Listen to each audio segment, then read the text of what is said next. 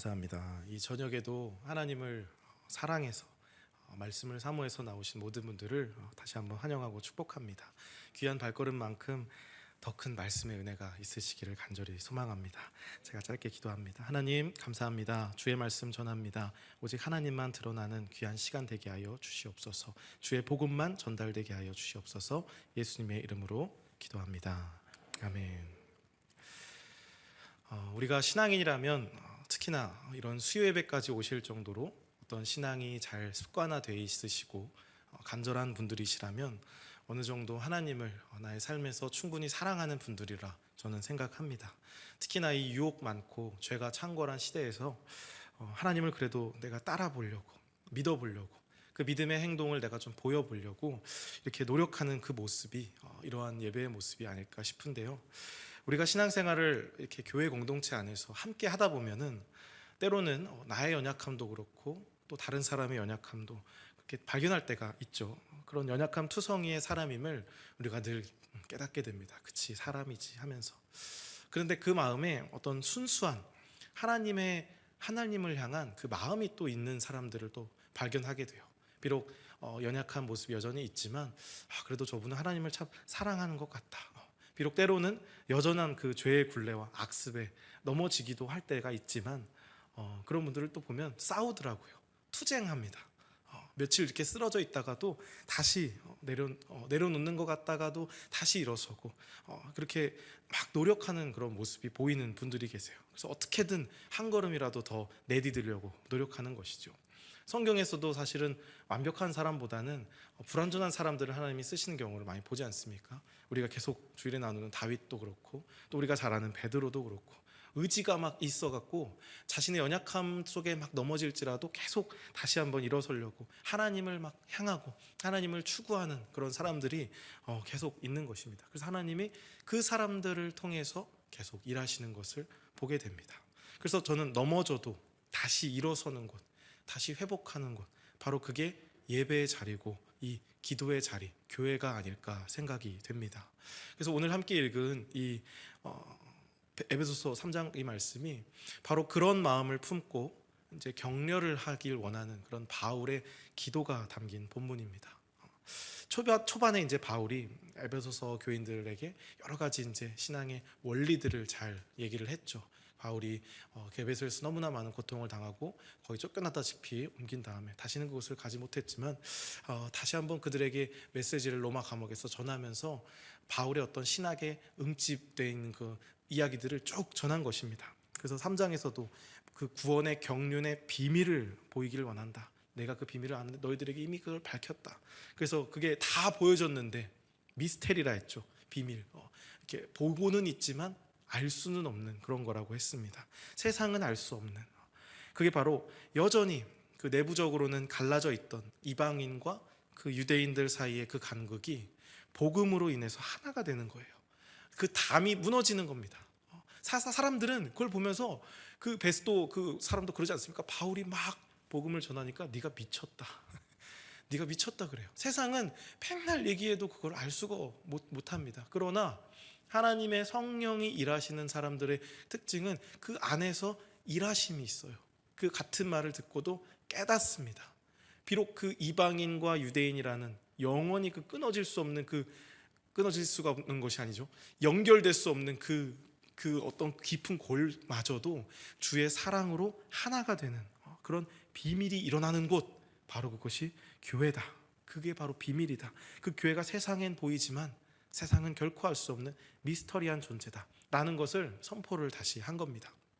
그리고 나서 그 교회가 이제 하나가 됐잖아요.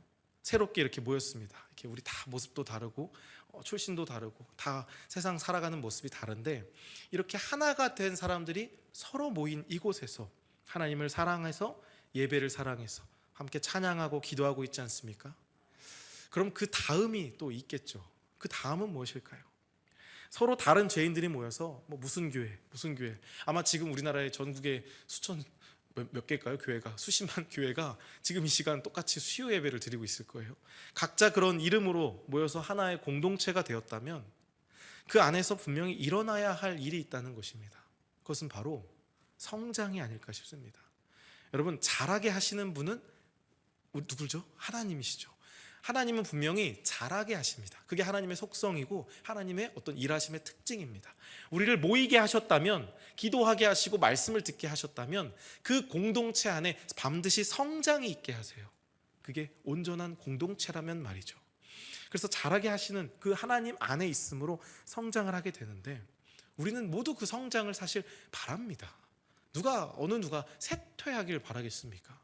물론 그 성장의 기준이 조금씩 달라서 문제긴 하지만 누구나 내가 어제보다는 오늘이 좀 더 낫길 원하고 오늘보다는 내일이 좀 더 낫길 원하죠. 그래서 이제 벌써 2026년 새해가 밝은 지 벌써 한 2주가 지나가고 있습니다. 특히나 이런 새해 때 우리는 어떤 결심을 하죠. 내가 좀 달라지리라. 어떤 결심들을 다들 하셨나요? 매일 성경을 내가 개근을 해보겠다. 저 영광의 꿀을 내가 한번 다음엔 받아보리라. 그런 생각도 한번 해보고, 모든 예배를 한번 빠져보지 않겠다라고 하면서 우리 나름대로 어떤 다짐들을 신앙 안에서 이렇게 세워봅니다. 그리고 나서 사실 기대를 하죠. 그렇게 내가 신앙생활을 열심히 하면 좀 내가 다른 사람이 되지 않을까? 그런 기대가 다 있지 않습니까? 뭔진 모르겠어요. 그러나 내가 지금보단 좀 나을 것 같아요.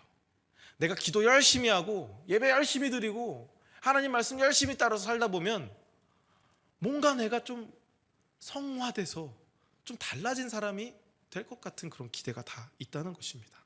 그래서 좀 더 하나님 사랑해보자 막 이렇게 노력을 하죠.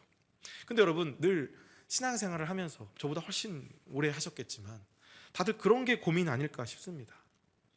내가 좀 더 단단한 믿음이면 좋겠고, 좀 더 그 상황과 환경에 내가 흔들리기보다는 더 단단한 뿌리 내린 굳건한 나무처럼 내가 어떤 풍파에도 든든하게 좀 서 있고 싶은데, 좀 자식에게도 본이 되고 싶고 교회에서도 좀 인정받고 싶은 그런 마음이 다들 있지 않습니까?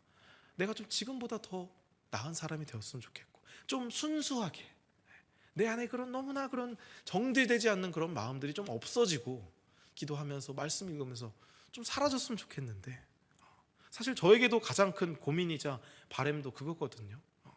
그냥 딱 보면 얼굴에서 막 광채가 나고 초롱초롱해서 막 머릿속에는 주님 사랑밖에 없어요. 툭하면 할렐루야 막 나오고, 아우씨 왜 이래, 지금 이게 나와서 문제인데, 막 누가 봐도 그냥 사람들이 봤을 때 좀 그런 사람이 좀 되고 싶은데, 저도 어디 가서 이제 전도사라고 하면은 막 놀래요. 예? 교회를 다니셨어요? 막. 제가 그래 보이나요? 여기서 이렇게 딱 정장 입고 있어서 그런지 아직도 그래서 멀었나 싶기도 하고, 제가 오늘 아내가 제 사진 찍어준 걸 봤는데 제 표정이 이러고 있는 거예요. 그래서 아내가 딱 여보 좀 무서워. 네, 표정에서 드러나야 되는데 말이죠. 그렇죠? 좀 그런 고민이 다들 있습니다. 그래서 우린 다들 그런 순수한 소망을 품게 되죠. 좀 하나님을 좀 온전히 믿고 싶다. 좀 그런 사람이 되고 싶다. 그런데 계속된 그 실패와 넘어짐 속에서 그래서 때로 어쩔 때는 스스로 타협점을 찾기도 합니다. 이 정도면 잘하는 거 아닌가? 내가 수예배도 오고 내가 그래도 교회에서 이렇게 잘 하는데 이 정도면 잘하는 거라고 합의를 보기도 합니다. 때로는 그 타협점이 어떤 내 현실의 삶이 될 수도 있어요. 내 삶에서 이 정도면 내가 잘하는 거지 라고 스스로 생각할 수도 있고, 내가 아기를 키우느라, 내가 먹고 사느라, 일하느라 내가 어쩔 수 없다, 회사 때문에 이런 생각들을 하면서, 혹은 내가 또 공부 때문에, 내가 준비하는 것 때문에 내 상황에서 이 정도면 잘하는 거지, 하나님 다 아실 거야 라고 어쩌면 그런 스스로 생각 속에 그런 타협점을 찾아서 거기에 이제 기준을 둬갖고 그냥 만족하는 그런 적당함 속에 달콤한 유혹에 빠져서 그냥 그렇게 또 신앙생활을 하고 있을 때가 또 있다는 것입니다. 근데 여러분, 사실 생각해보면 그 말이 맞는 것 같기도 해요. 우리는 결코 사실 하나님 앞에 완전히 순수할 수 있는 사람이 있을까요? 내가 아무리 이렇게 예배 때 안 졸려고 이렇게 해도 사실 쏟아지는 졸음을 어느 누가 막겠습니까? 그 눈에 그런 말도 있잖아요. 아무리 천하장사라도 그걸 막지 못한다, 이런 말도 있듯이, 내가 아무리 삶 속에서 어떻게 해보려 해도 예배 이렇게 딱 드리고 집에 가는데 차에서 누가 팍 끼어들어봐요. 그럼 당장 당장 제 얘기입니다. 우리가 다 그런 연약함들이 있다는 것입니다. 오직 예수님만이 죄 없이 순결하게 완전한 모습으로 살 수 있는 것이지 어떻게 죄인인 내가 그럴 수 있겠는가라고 생각을 하면서 그거를 방패 삼아 그 적당함 속에 내가 숨어 있을 때도 있습니다. 또는 아예 그냥 신앙을 놓고 살다거나 믿지만서도 그렇게 열심히 하지 않는 그런 사람들을 보면서 저 사람보단 내가 낫지, 저들보단 내가 낫지, 이런 어떤 스스로의 위로를 삶아서 나의 신앙생활의 그 기준을 삼게 될 때가 있다는 것입니다. 근데 여러분, 과연 그럴까요? 그 적당함, 내가 세운 그 기준이 과연 괜찮을지 모르겠다는 겁니다. 이건 어떤 교회 사역의 어떤 양이나 시간을 말하는 게 아닙니다.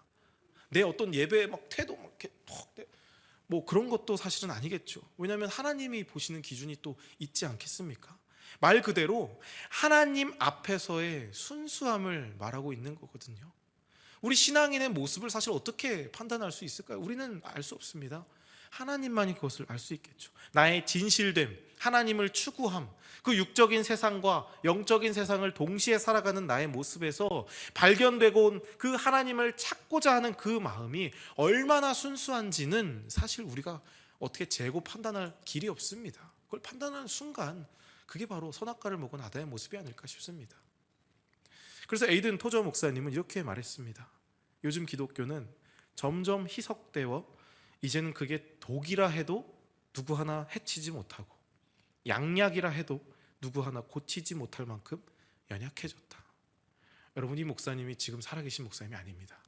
무려 약 100년 전에 하신 말이에요. 그때의 신앙을 그분이 판단하면서 이렇게 얘기했는데 그때보다 지금은 얼마나 더 하겠습니까? 독이라 해도 누구 하나 해치지 못하고 약이라 해도 누구 하나 고치지 못하는, 순수함을 잃어버린 적당함에 빠진 신앙에 대한 경고인 것이죠. 사실은 예수님도 적당함에 대한 경고를 굉장히 많이 하셨습니다. 부자 청년에게 가진 모든 걸 버리고 따르라 하셨지 않습니까? 제자들에게도 모든 걸 부인하라 했어요. 그래서 십자가를 지라 하신 걸 봤을 때 적당한 게 답이 아닌 건 알겠습니다. 여러분, 물이 적당히 깨끗하면 드시겠습니까? 이 물이 깨끗하잖아요. 근데 이게 적당히 깨끗하면 드시겠어요? 물이 1000리터가 있다고 칩시다. 근데 거기에 똥물 딱 한 방울 들어갔습니다. 여러분, 그거 마시겠습니까?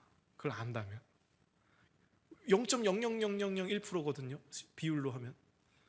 안 먹죠. 10,000리터에 한 방울 안 먹죠. 물론 이 물이 들어가는지 안 들어가는지 모르겠지만 순수함이란 100% 깨끗해야 괜찮은 순수함입니다. 근데 문제는 내가 그 순전하고 온전해지기가 불가능하게 느껴질 만큼 안 되는 겁니다. 자신이 없다기보다는 가능성이 없어 보여서 애초에 포기하게 되는 거죠. 여러분, 이 한계 앞에서 우리는 어떻게 해야 될까요? 우리는 과연 그 신앙생활을 순수하게 할 수 있는 것일까요? 바울은 오늘 말씀에서 그 예수 안에서 하나 된 성도들이 성령으로 말미암아 속 사람이 능력으로 강건하기를 기도합니다. 속 사람을 이야기합니다.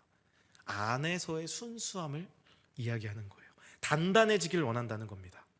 그래서 바라는 바처럼 순수하고 흔들리지 않고 단단히 박혀서 뿌리가 깊게 박힌 교회가 되기를, 그런 성도가 되기를 간절히 기도하는 거예요. 그리고 그게 무엇이냐면 17절에 말하죠. 믿음으로 말미암아 그리스도께서 너의 마음에 계시게 하시옵고 너희가 사랑 가운데에서 뿌리가 박히고 터가 굳어지길 원하는 것입니다. 그런데 여러분, 18절에 그렇게 굳어져서 속사람이 강건해짐으로 한 가지 알기를 원한다 말하는데, 우리 에베소서 3장 18절 말씀 다 성경 펴고 계시죠? 함께 읽겠습니다. 시작. 능히 모든 성도와 그 속사람의 강함으로 결국 무엇을 하길 원하느냐? 바로 그리스도의 사랑을 알게 되는 것입니다.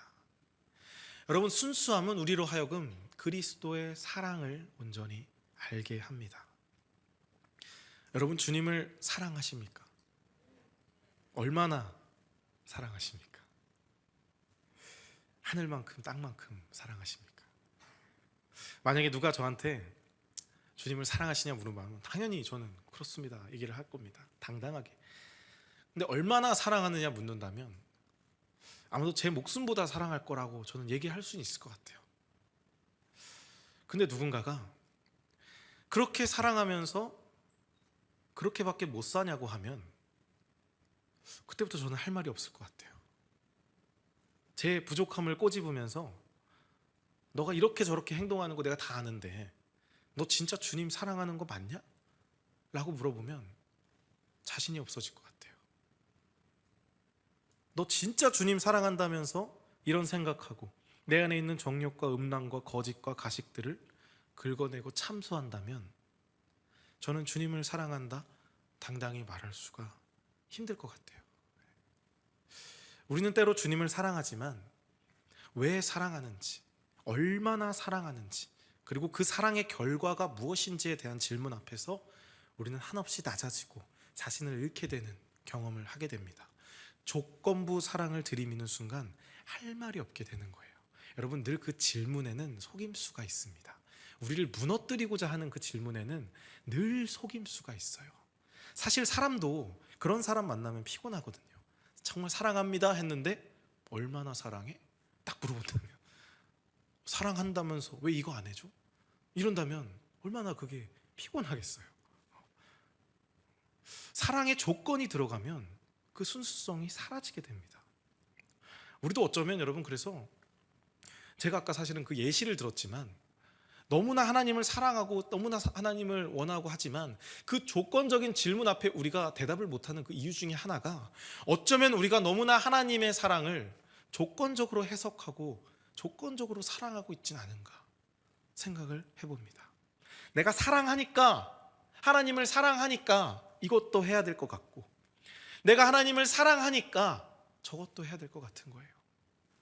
그런데 내가 하나님을 사랑한다면서 저것도 못한 게 생각나니까 내가 죄책감을 느끼고, 반대로 하나님이 나를 사랑하시니까 나에게 이것도 해줘야 될 것 같고, 하나님 나를 사랑하신다며 그러니까 저것도 해결해 주셔야 될 것 같은 너무 상호간의 조건적 사랑을 우리도 모르게 하고 있는 겁니다. 바울이 말하는 사랑은 그런 게 아니겠죠. 그리스도의 사랑, 완전한 사랑일 것입니다. 아무 조건 없는 순수한 사랑일 것입니다. 그러나 그 사랑은 누구에게도 가능치 않습니다. 아마 바울마저도 그런 아가페적인 사랑을, 바울 스스로가 하나님을 사랑할 수 있었겠습니까? 바울은 그런 고백을 한 적이 없습니다. 나는 완전한 사랑을 하노라 말한 적이 없습니다. 오히려 이 벌레만도 못한 나를 사랑하신 하나님을 고백했죠. 하물며 하나님께서도 우리에게, 여러분에게 그런 완전한 사랑을 기대하지 않으실 겁니다. 너는 완전하게 나를 사랑해라, 그렇지 않으면 난 그 사랑 받지 않겠다. 성경 어디에도 그런 말은 하지 않으셨어요. 애초에 그런 사랑을 못할 거라는 걸 누구보다 잘 아시는 분이 하나님 아니실까 싶어요. 그래서 여러분, 우리 신앙에서 그래서 중요한 것이 무엇이냐면, 하나님께서는 우리가 그 하나님을 사랑으로 감동시키시길 원하시는 게 아니라 우리가 그 하나님의 사랑에 감동되길 원하신다는 것, 바로 그걸 아는 겁니다. 사랑으로 감동시키는 주체가 내가 아닌 거예요. 내가 하나님을 이렇게 사랑하겠습니다, 저렇게 사랑하겠습니다, 그래서 하나님 감동 한번 시켜드리겠습니다, 내 올해 새해 목표가 바로 그것입니다, 통독을 막 3번 4번 해서 하나님을 감동시키겠습니다, 이게 아니라 하나님이 나를 얼마나 사랑하셔서 그 하나님께서 나에게 하신 일이 무엇인지 내가 읽고 깨달아, 듣고 깨달아 알길 원하신다는 것이죠. 나 한번 감동시켜봐라 하는 신앙이 아니라 우리가 그 사랑을 알고 깨닫길 원하시는 겁니다. 여러분, 그래서 행함도, 우리 어떤 교회에서의 행함, 뭐 이웃 간의 행함, 사랑, 그것도 그래서 하나님을 감동시키려고 하는 것이 아니라 우리가 하나님께 감동받아서 그 행함이 나오게 되는 것입니다. 그 반응인 거예요. 그래서 우리의 건강한 신앙 속에서는 당연히 행함이 넘칠 수밖에 없고, 그 건강한 신앙 속에서 우리의 반응이 나올 수밖에 없는 것입니다. 찬양이 나올 수밖에 없는 것이고, 하나님 안에서 그 섬김이 나올 수밖에 없는 것입니다. 그래서 여러분, 그 사랑을, 우리의 신앙을 점검할 때 가장 1차적으로 해야 될 게, 그래서 결국에는 나의 겉모습일 수밖에 없어요. 나는 지금 어떤 신앙을 하고 있는가? 다만 그것이 나의 어떤 행함이 하나님을 향한 어떤 구원의 확신으로 될 수는 또 없는 것이죠. 그건 결국 반응일 수밖에 없는 것입니다. 그래서 여러분, 이 사실을 놓칠 때 이게 헷갈리잖아요. 그러면 바로 여기서 우리의 신앙이 율법주의가 되는 겁니다. 율법적인 어떤 행함으로 내가 다 이것을 했나이다 주여, 내가 뭘 더 하면 됩니까? 라고 했던 그런 부자 청년의 고백이 될 수밖에 없는 것이고, 그래서 스스로 자랑케 여기면서 주여 나의 기도를 받아주시옵소서 라고 하는 바리새인의 기도가 나올 수밖에 없는 것입니다. 바로 이 신앙의 메커니즘을 놓쳤기 때문이죠. 입에서는 정죄가 나오고 마음에선 교만이 나오는 것입니다. 바로 이럴 때 우리는 알아주지 않을 때 서운함이 나와요. 내가 이렇게 했는데 안 알아줄 수가 있어. 참 이상하죠. 하나님을 위해서 다 시작합니다. 여러분, 우리 신앙생활, 봉사활동 다 하나님 은혜에 감동받아서 하지 않습니까? 시작은 다 그런데 나중에 우리가 시험 드는 건 다 사람 때문에 그래요. 참 이상하지 않습니까?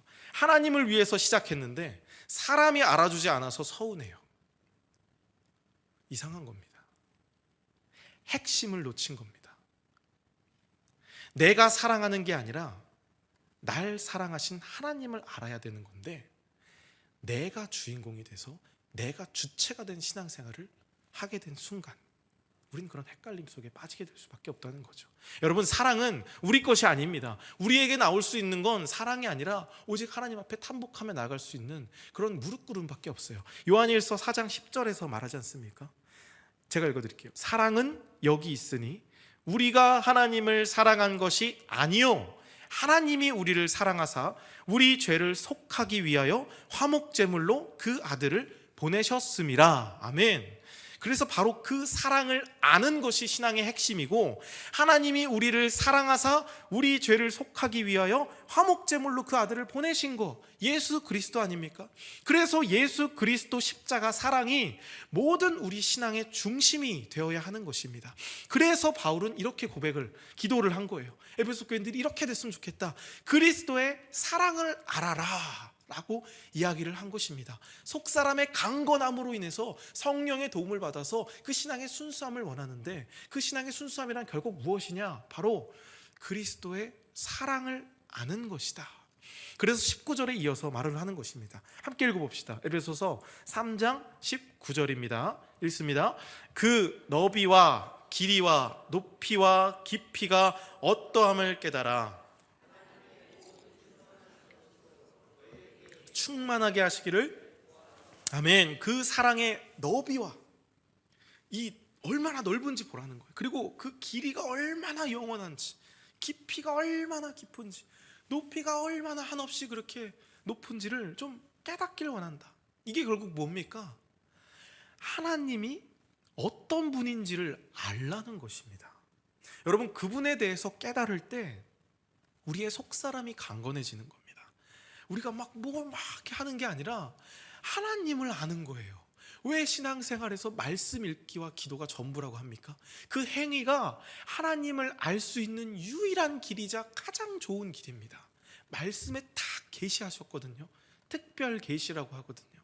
하나님은 이미 자신의 모든 것을 알려주셨습니다. 여기에 다 써 있어요. 근데 이걸 읽지 않은 채 하나님을 알려주시옵소서 하는 그 신앙생활이 바로 우리의 신앙생활이 아닐까 싶어요. 주여 보여주시옵소서. 이미 다 보여주셨는데. 여러분, 호세아가 그래서 말하는 겁니다. 성경이 수도 없이 그래서 말해요. 어제 화요일 통독 때 호세아서를 읽는데 계속 하나님이 말씀하시더라고요. 그 북이스라엘에게 6장 3절에 그러므로 우리가 여호와를 알자, 힘써 여호와를 알자. 힘써 알자는 거예요. 여러분, 근데 북이스라엘이 하나님을 몰랐을까요?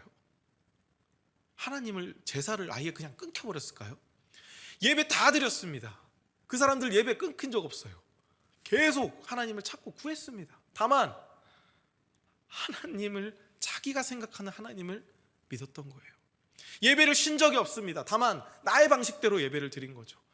하나님을 찬양 안 한 적이 없습니다. 다만 내가 생각하는 하나님, 내가 만든 신을 만들어 놓고 그것이 하나님이라고 생각해서, 마치 아론이 이스라엘 백성에게 금송아지를 만들어 놓고 이게 하나님이다, 너희를 구원하신, 광야에서 너희를 섬긴 신이다 라고 하면서 그 백성들이 엄청 기도했거든요. 하나님이 그때 무려 3,000명을 죽이십니다.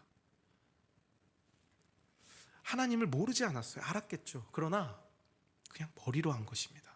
여기서 알라, 우리가 여호와를 알자, 이 말은 여러분 다 아시겠지만 야다, 경험하는 겁니다. 이건 부부가 서로 경험을 통해 아는 단어거든요. 야다, 하나님을 경험하라는 것입니다. 하나님을 그냥 머리로 아는 것이 아니라 늘 하나님을 찾고 구하며 동행하고, 마치 부부가 서로를 경험하듯이 하나님과 그 결혼 생활을 하라는 것입니다. 늘 찾고, 어떤 기준으로 할 때 우리가 결혼하면은 마음대로 하지 않잖아요. 늘 아뢰고 구하잖아요. 어떻게 하면 좋을까? 더 좋은 게 뭐가 있을까? 이러면서 찾고 구하지 않습니까? 그런 것들을 하나님과 하라는 거예요. 근데 그 하나님을 모르게 되면 다른 걸 알게 되겠죠. 세상을 열심히 알 겁니다. 그러나 그 길은 필경 사망의 길이라 하지 않았습니까? 결국 그래서 북이스라엘이 망했습니다. 하나님을 몰라서 망했습니다. 예수님도 말씀하셨죠. 요한복음 17장 3절에 영생은 곧 유일하신 참 하나님과 그가 보내신 자 예수 그리스도를 아는 것이니이다. 할렐루야. 영생이 바로 그것입니다. 하나님을 안다는 건 곧 내가 영생을 얻은 자임을 확신하게 되는 믿음을 준다는 것입니다. 구원의 확신을 어떻게 얻을 수 있느냐라는 질문 앞에 말씀을 읽으십시오. 하나님께서 알려주실 것입니다. 하나님을 아십시오. 그럼 영생을 알게 될 것입니다 라고 대답을 하는 거죠. 그리고 그 확신은, 그 믿음의 확신은 여러분의 현실 속에 폭풍과 바다를 걷게 하는 힘을 줍니다. 시각 벼랑 실험이라는 것이 있습니다. 혹시 아시는 분이 있을지 모르겠어요. 이게 뭐냐면, 제가 영상을 준비하려다가 너무 길어서 준비를 안 했는데, 이제 막 기어가는 아이가 있어요. 한 7개월, 8개월 되는 아이들. 근데 그 아이가 이제 아이를 놓고 부모와 거리를 두는 겁니다. 한 1m, 2m 이렇게 아이를 놓고 아이가 이제 부모에게 걸어오게 하는 거예요. 왜 이러죠? 죄송합니다. 근데 그 사이에는 유리가 있습니다. 낭떠러진 거예요. 근데 우리 어른들은 알잖아요. 그 유리가, 알고도 사실 그게 걷기가 쉽지 않은데, 마이크 볼륨 조금만 줄여주시면 감사하겠습니다. 이게 계속 찍찍거려서 죄송합니다. 예. 그 시각 벼랑 실험을 통해서 그래서 이제 실험을 하는 거예요. 그 8개월, 9개월 된 아이를 이렇게 얹혀놓고 부모가 이제 불러요. 누구야, 일로 와라, 이렇게 하는 거죠. 근데 첫 실험은 뭐냐면, 두 가지 실험을 하는데 부모가 이렇게 무표정을 딱 하고 있습니다. 그래서 이름만 불러요. 누구야, 와라, 이렇게 하는 거예요. 그럼 아이가 딱 가려다 어떻게 하냐면 엄마 표정을 보고 일단 첫 번째로 겁을 먹습니다. 그리고 나서 걷다가 엄마가 있으니까 일단 가려고 하는데 앞에 유리지만 낭떠러지잖아요. 아이가 걷지를 못해요. 기어가지를 못해요. 무서워서. 그래서 결국 울면서 그 실험이 끝나버립니다. 근데 두 번째 실험이 뭐냐면, 엄마가 활짝 웃어요. 누구야, 이렇게 하면서 얼른 와라, 이렇게 하잖아요. 그러면 아이가 갑자기 이렇게 있다가 엄마 하면서 이제 막 달려갈 거 아닙니까? 근데 밑을 봐요. 벼랑입니다. 근데 그때 엄마가 엄마 봐라, 엄마 봐, 엄마 봐라, 이렇게 하면서 아이가, 이게 영상이 진짜 있습니다. 유튜브에 한번 쳐보세요. 시각 벼랑 실험. 그러면 아이가 갑자기 하면서 엄마를 막 가요. 밑에 벼랑은 신경 쓰지 않습니다. 신기하죠. 아이는 이게 인지가 사실 안 됐는데도 부모를 볼 때 그걸 걸을 수 있게 되는 것입니다. 여러분, 저는 이 실험을 보면서, 이게 사실 실험 자체는 어떤 심리학 실험인데, 부모의 표정이 그 아이의 육아를 하는데 얼마큼 중요한 영향을 미치는가. 그래서 부모의 표정이 밝은 아이들은 자신감이 넘치고 그렇다고 해요. 혹시 기회가 되신다면 한 번 더 키울 때 그렇게 해보시길 바랍니다. 근데 저는 이 실험을 보면서 믿음이란 바로 이런 게 아닐까 생각을 해봤습니다. 눈앞의 현실은 낭떠러진 거예요. 근데 걸으래요. 우리 그럴 때 있죠. 내가 한 발자국만 디뎌도 거기 그냥 빠져버릴 것 같은데, 물이고 막 파도가 막 치고 하는데 걸으라는 겁니다. 오라는 것입니다. 그 깊은 터널 속으로 빠지라는 겁니다. 사망의 음침한 골짜기가 내 눈으로 보이는데 거기로 걸으라는 거예요. 뒤돌아갈 수는 없어요. 그래서 가긴 가는데 너무 무서운 겁니다. 좀 나를 잡아주면 좋겠는데, 내 발걸음 하나하나 좀 이렇게 해서 해주면 좋겠는데 그냥 홀로 그 길을 걸어가야 할 때가 참 많습니다. 어쩌면 그 길을 지금 걷고 계신 분들이 이 자리에도 많은 것 같습니다. 여러분, 그때 우리가 할 일은 내가 어디를 디뎌야 되나, 내 발걸음을 막 이렇게 보고 내 능력이나 방법을 찾고 힘을 점검하는 것이 아니라 주님의 얼굴을 보는 것인 줄 믿습니다. 여러분, 베드로가 주님을 보고 걸을 때는 물 위를 걸었어요. 그러나 바닥을 보니까 물이거든요. 어떻게 됩니까? 즉시 빠집니다. 그러나 다시 주님께 말씀하시죠. 주님이 와서 건지시죠. 그리고 주님을 볼 때 걷게 되는 겁니다. 여러분, 우리는 그 주님이 어떤 분이신지를 알 때 그 벼랑 위를 걸을 힘이 생기는 거예요. 믿음이 바로 이런 게 아닐까 싶습니다. 하나님이 어떤 분인지를 아는 거. 믿음이 어떤 나의 어떤 굳건한, 그냥 뭐 절대 무서워하지 않고 흔들려하지 않고 그런 것이 아니라 하나님이 어떤 분인지를 아는 겁니다. 나를 결코 그 벼랑에 굴러 떨어져서 내 내장이 터질 또 냅두시는 분이 아니라는 걸 아는 거. 내가 영원히 죽게 냅두실 분이 아니라는 것을 내가 아는 것입니다. 내가 보이는 현실은 비록 그럴지 몰라도, 내가 지금 처한 상황은 그럴지 몰라도, 지금 어쩌면 내 상태가 너무 엉망인 거예요. 내가 주님께 나아가자니 주의 보좌로 나아가기에 너무 내가 부족한 모습 투성입니다. 그러나 그럴지 모르겠지만 하나님은 여전히 나의 아버지시란 사실을 아는 겁니다. 나의 믿음의 강함이 아니라 나를 붙드시는 하나님의 신실하심을 내가 알고 깨닫는 것. 그 하나님이 절대적으로 선하신 분이라는 걸 아는 것. 그래서 그 믿음을 사용해서 벼랑 위로 걸음을 다시 내딛는 것입니다. 그래서 여러분, 히브리서 기자가 이렇게 말하지 않습니까? 11장 1절에 믿음은, 유명한 구절이죠. 다 외우시잖아요. 한번 해볼까요? 믿음은 바라는 것들의 실상이요 보이지 않는 것들의 증거니. 이게 그냥 우리가 막 외우고 그렇지만 사실 이게 삶에서 적용돼야 됩니다. 바라는 것이 있습니다. 미래예요. 아직 나에게 주어지지 않는 겁니다. 그러나 그게 실상이랍니다. 눈앞에 보이는 겁니다. 보이지 않지만 그게 나의 증거가 될 수 있는 그 힘이 바로 믿음이라는 것입니다. 그래서 메시지 성경은 이 유명한 본문을 이렇게 풀어 말합니다. 하나님을 신뢰하는 이 믿음이야말로 삶을 가장 가치 있게 만드는 모든 것의 견고한 토대입니다. 이 믿음은 우리가 볼 수 없는 것을 붙잡게 하는 손잡이래요. 손잡이. 우리가 막 걸어갈 때 너무 어두워서 보이지 않을 때 손잡이가 있으면 그거 따라갈 수 있잖아요. 그게 믿음이라는 겁니다. 여러분, 우리는 어떤 걸 믿나요? 어떤 걸 믿으십니까? 변치 않는 그리스도의 사랑을 믿으시기를 바랍니다. 우리 삶에 가치 있다고 여겨지는 모든 것의 근본 바탕, 그리스도의 사랑이 있음을 아는 것이 믿음이고, 볼 수 없는 것을 붙잡는 능력이 소망인 줄 믿습니다. 그 소망을 붙잡는 능력이 바로 믿음인 것입니다. 우리 모두가 그 그리스도의 사랑을 먼저 아시기를 주님의 이름으로 간절히 부탁드립니다. 때로 우리가 주변이 너무 보일 때가 있어요. 어떤 저 사람의 어떠함과 모자란 것들, 연약한 것들이 막 보일 때가 있거든요. 특히 뭐 그런 것들을 잘 보시는 분들이 또 계십니다. 잘 파악하는 거죠. 여러분, 그때 우리는 그리스도의 사랑의 깊고 넓음을 봐야 합니다. 하나님의 사랑이 얼마나 크고 넓으신지, 바리새인 같은 나도 사랑해 주시는데 하나님이 저 사람도 사랑하시지. 때론 나 자신의 연약함 때문에 낙담이 될 때도 하나님의 깊고 넓음을 봐야 됩니다. 하나님은 그런 거에 이미 상관없이 이미 죄인 된 나를 사랑하시는 하나님이셨지라는 것을 아는 겁니다. 바로 그 사랑의 깊음과 넓이를 아는 지식이 나를 정죄와 판단과 심판자의 자리로 올라가는 교만으로부터 지켜주실 줄 믿습니다.